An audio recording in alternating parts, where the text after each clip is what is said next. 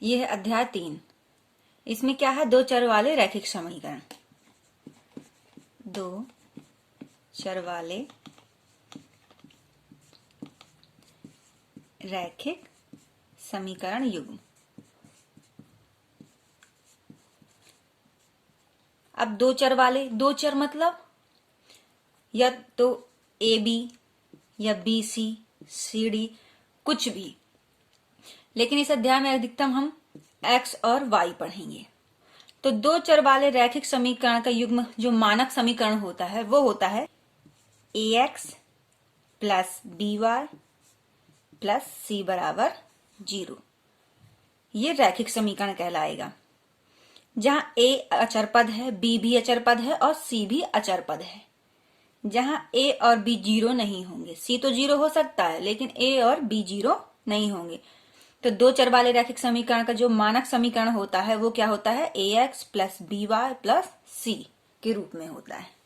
ये प्रश्नावली का पहला सवाल। ये क्या बोल रहा है, आफताब अपनी पुत्री से कहता है कि 7 वर्ष पूर्व मैं तुमसे 7 गुनी आयु का था, अब से 3 वर्ष में बाद में मैं तुमसे केवल 3 गुनी आयु का रह जाऊंगा।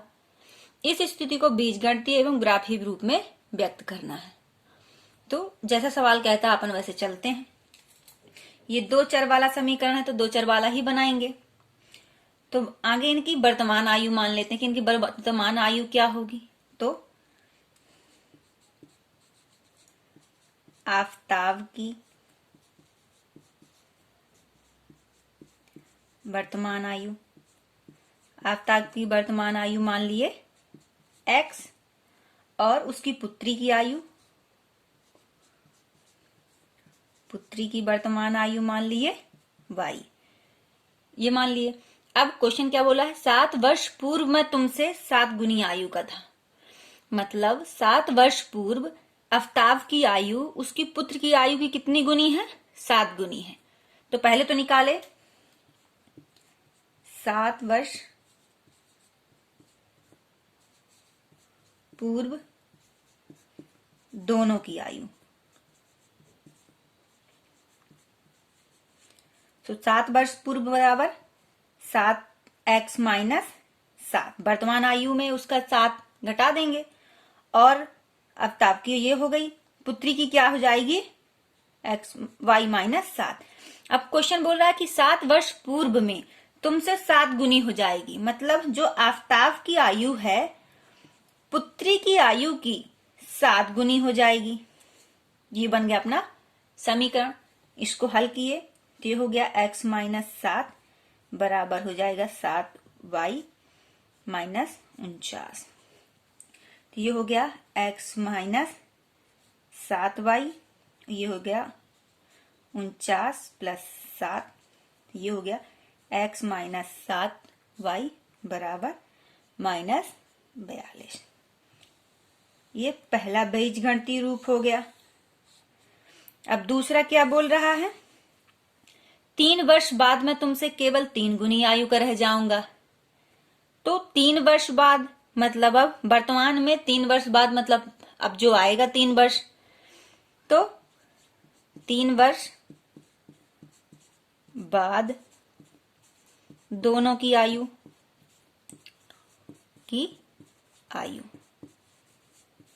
तो 3 वर्ष बाद वर्तमान आयु में ये 3 वर्ष बाद वाली जोड़ देंगे। तो ये आफताब की आयु, ये हो गई उसकी पुत्री की आयु।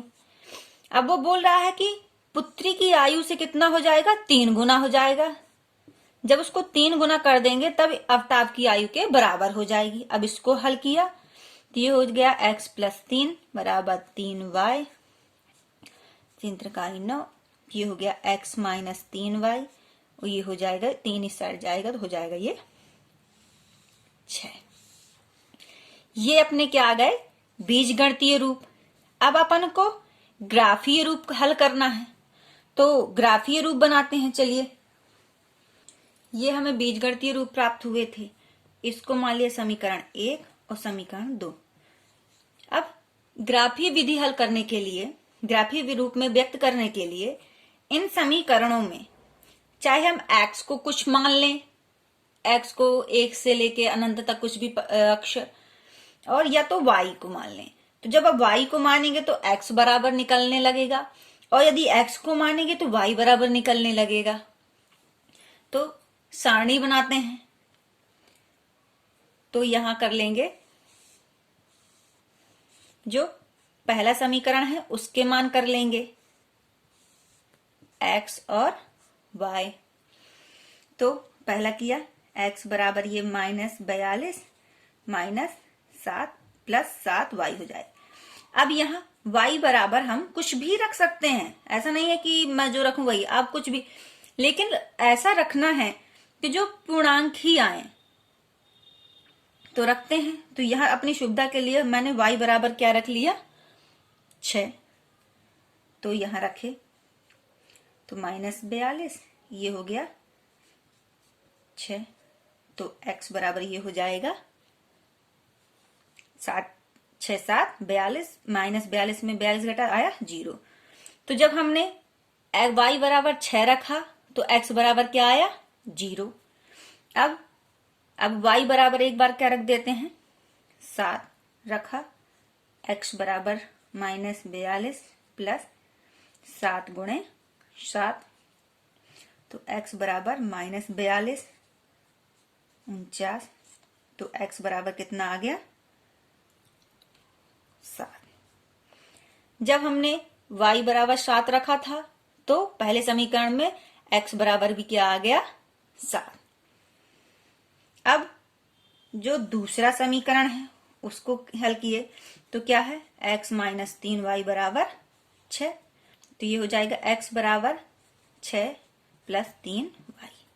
अब मैंने यहां y बराबर क्या रख दिया 0 रखा, तो x बराबर, तो y बराबर 0 रखने पे x बराबर क्या आता है 6, तो यहां दूसरा समीकरण का बना लिया x y। तो जब मैंने y बराबर 0 रखा तो यहां x बराबर क्या आ जाएगा 6। अब x बराबर, मैंने y बराबर क्या रख लिया 1, तो ये हो जाएगा 6 + 3, तो x बराबर क्या आ गया 9। तो जब मैंने y बराबर 1 रखा तो x बराबर क्या आया 9 आया। तो अब हमें x और y के मान ज्ञात प्राप्त हो गए समीकरण 1 और 2 से। अब हम ग्राफ बनाते हैं, ये 0 यहां होगा, ये हो जाएगा x प्लस का, ये x माइनस का, ये y प्लस का, ये y माइनस का अक्ष हो जाएगा। अब यहाँ x बराबर 0 है और y बराबर 6, x बराबर 0 y बराबर 6, तो पहला बिंदु कहाँ आ रहा है यहाँ 0 और 6। दूसरा क्या है 7 और 7, 7 प्लस का ये है और ये है, तो बिंदु कहाँ आएगा यहाँ, एक बिंदु कहाँ आया यहाँ, ये हो गया 7 और 7, तो ये रेखा मिला दी।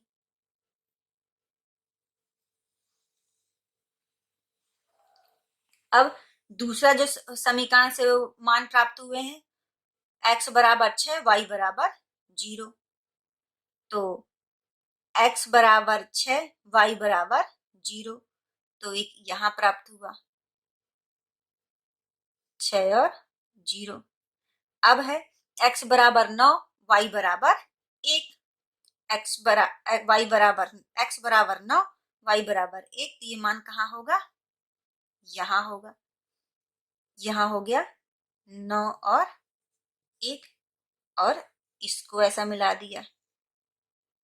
ये रेखाएं कहीं ना कहीं प्रतिच्छेद ही होंगी, जो प्रतिच्छेद बिंदु आएगा उसके वर्तमान अमिताभ और उसकी पुत्री की वर्तमान आयु आ जाएगी। ये इसकी क्या हो गई ग्राफीय रूप। ये प्रश्नावली का दूसरा सवाल, ये क्या बोल रहा है कि क्रिकेट टीम के एक कोच ने रुपए 3900 में 3 बल्ले तथा 6 गेंदें खरीदी। बाद में उसने एक और बल्ला तथा उसी प्रकार की 3 गेंदें रुपए 1300 में खरीदी। तो बीज गणितीय और ग्राफीय रूप लिखिए। चलिए इसमें भी कुछ नहीं करना, हल किए। तो यहाँ 3 बल्ले और 6 गेंदों का मूल्य दिया गया है 3900। तो आगे अपन एक बल्ले का मूल्य निकाल लेते हैं और एक गेंद का। तो एक बल्ले का मूल्य बराबर क्या कर लेते हैं, x रुपए, और एक गेंद का मूल्य y रुपए। तो पहला क्या बोल रहा है, 3 बल्ले और 6 गेंदें। तो 3 बल्ले और 6 गेंदों का मूल्य क्या है, 3900 रुपए। तो 3 बल्ले में 1 का गुणा कर देंगे तो 3x प्लस 6y। तो ये हो जाएगा 3 बल्लों का मूल्य प्लस 6 गेंदों का मूल्य जो है कितना है, 3900 रुपए है। तो हल किए तो ये हो गया x प्लस 2y बराबर, ये हो जाएगा 1300। 3 कॉमन लिया है, 3 का ये कॉमन आएगा तो यहाँ साइड आ जाएगा भाग में। ये क्या हो गया, समीकरण 1। अब उसने एक और बल्ला खरीदा और 3 और गेंदें खरीदी, तो उसका कुल मूल्य कितना है, 1300 रुपए। तो उसने एक और बल्ला खरीदा, उसका मूल्य प्लस 3 गेंदें और खरीदी, और उसका जो टोटल मूल्य है वो कितना है, 1300 है। तो ये हो गया x प्लस 3y बराबर 1300। ये हो गया अपना समीकरण 2। अब ये समीकरण अपन को प्राप्त हो गए। अब इनसे अपन, तो ये इसके क्या हो गए, बीजगणितीय रूप। अब अपन को क्या निकालना है, ग्राफीय रूप। तो ग्राफीय रूप के लिए क्या करेंगे, समीकरण 1 और समीकरण 2 को हल करेंगे, x और y के मान ज्ञात करेंगे। तो समीकरण 1 से, एक समीकरण से किया तो यहां आया x प्लस 2y बराबर 1300। तो यहां मैंने y बराबर क्या रख दिया, 500 रखा। तो ये हो जाएगा x प्लस 1000 1300। तो x बराबर क्या आ जाएगा, 300। यहां पहले का समीकरण का बना लिया, x और y बराबर जब मैंने 500 रखा तो x बराबर कितना आ गया, 300। अब इसी में y बराबर क्या रख दूंगी मैं, 600। तो x प्लस 2y बराबर 1300। तो यहां आ जाएगा 6 दूनी 1200 बराबर 1300। तो x बराबर क्या आ जाएगा, 100। तो यहां जब मैंने y बराबर 600 माना तो x बराबर क्या आ गया, 100। अब समीकरण 2 को हल किया, समीकरण 2 को 2 से, तो x प्लस 3y बराबर 1300। यहां मैंने y बराबर क्या माना, 300। तो रखा मान, x बराबर प्लस, यहां हो जाएगा 3 त्रिकाई 900 बराबर 1300। तो x बराबर कितना आ जाएगा, 400। अब y बराबर मैंने क्या रख दिया, 400। तो x प्लस 3y बराबर 1300 रखा। तो x प्लस ये 400 यहां रखा तो हो गया 4 × 3 1200 बराबर 1300। तो x बराबर क्या आ जाएगा, 100। तो दूसरे का बनाया, y और x। जब y बराबर मैंने रखा 300 तो x बराबर क्या आया, 400। और जब y बराबर 400 रखा तो x बराबर क्या आया, 100। अब इसका ग्राफ बना लेते हैं। ये है अपना ग्राफ।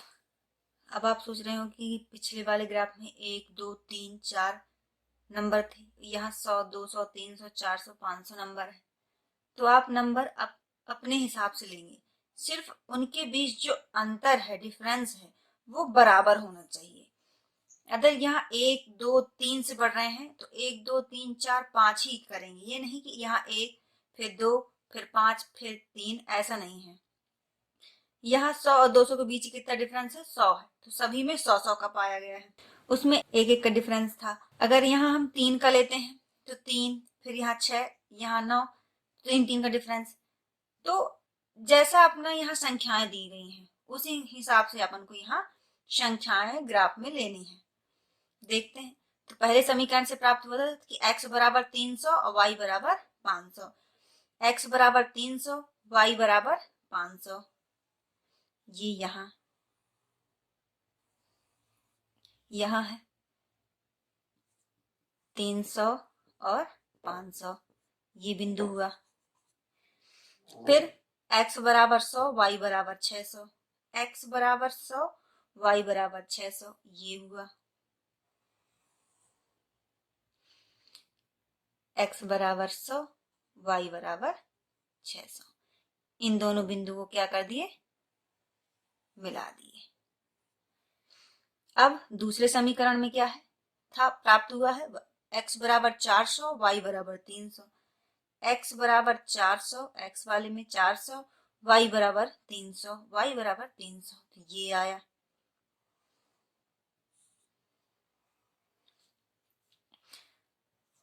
चार सौ और 300। फिर x बराबर 100, y बराबर 400। x बराबर 100, y बराबर 400, तो एक ये हुआ। यहाँ है x बराबर 100, y बराबर 400, ये। अब इन दोनों बिंदुओं को मिला दिया तो ये दोनों बिंदु मिले। यही क्या है अपना ग्राफीय रूप। ये अंतिम सवाल, ये क्या बोल रहा है, 2 केजी सेब और 1 केजी अंगूर का मूल्य किसी दिन 160 था। एक महीने बाद 4 केजी सेब और 2 केजी अंगूर का मूल्य क्या हो जाता है, 300 रुपए। इस स्थिति में बीजगणितीय तथा ज्यामितीय रूप लिखिए। तो सबसे पहले तो मान लेते हैं, माना 1 केजी सेब का मूल्य x रुपए और 1 केजी अंगूर का मूल्य हो जाएगा y रुपए, ये माना।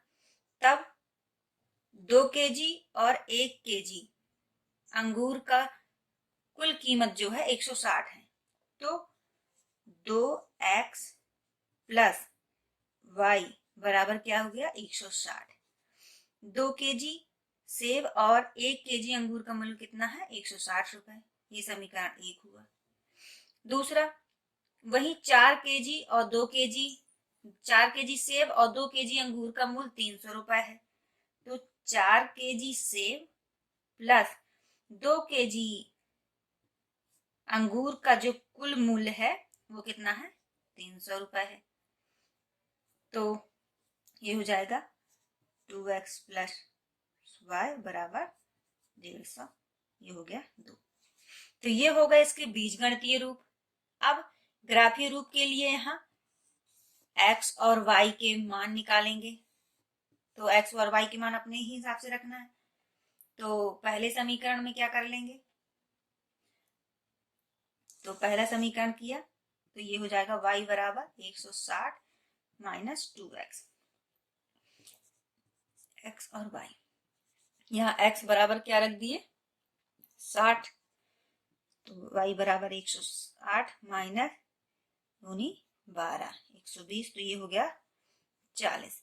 जब x बराबर 60 रखे तो y बराबर क्या आया, 40। अब y बराबर x बराबर रखे देते हैं, x बराबर किया 70, तो ये हो गया 7 दूनी 14, तो y बराबर क्या आ गया, 20। जब यहाँ 70 रखे तो यहाँ आया 20। अब यही दूसरे समीकरण में करते हैं, दूसरे समीकरण में रखा तो y बराबर 150 माइनस 2x, तो y बराबर, यहाँ x बराबर क्या रख दिए, 60। जब x बराबर 60 रखे तो कब 120, तो y बराबर कितना आया, 30। अब दूसरे समीकरण का बनाया x और y, जब x बराबर 60 रखा तो y बराबर कितना आया, 30।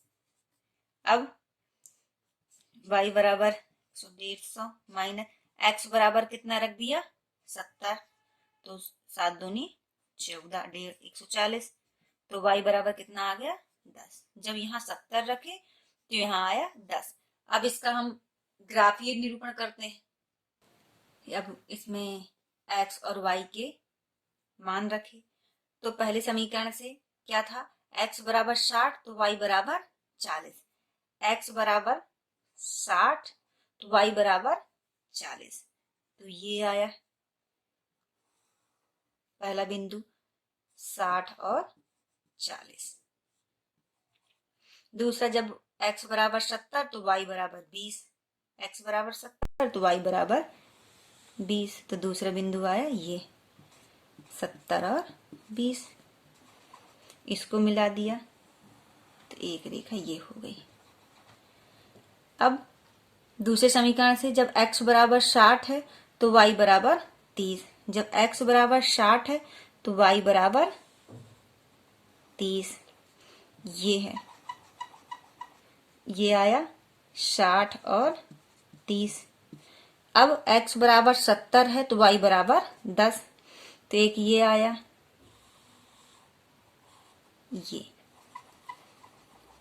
ये हो गया 70 और 10। तो इस रेखा को मिला दिया, ये हो गई। ये है अपने ग्राफीय रूप।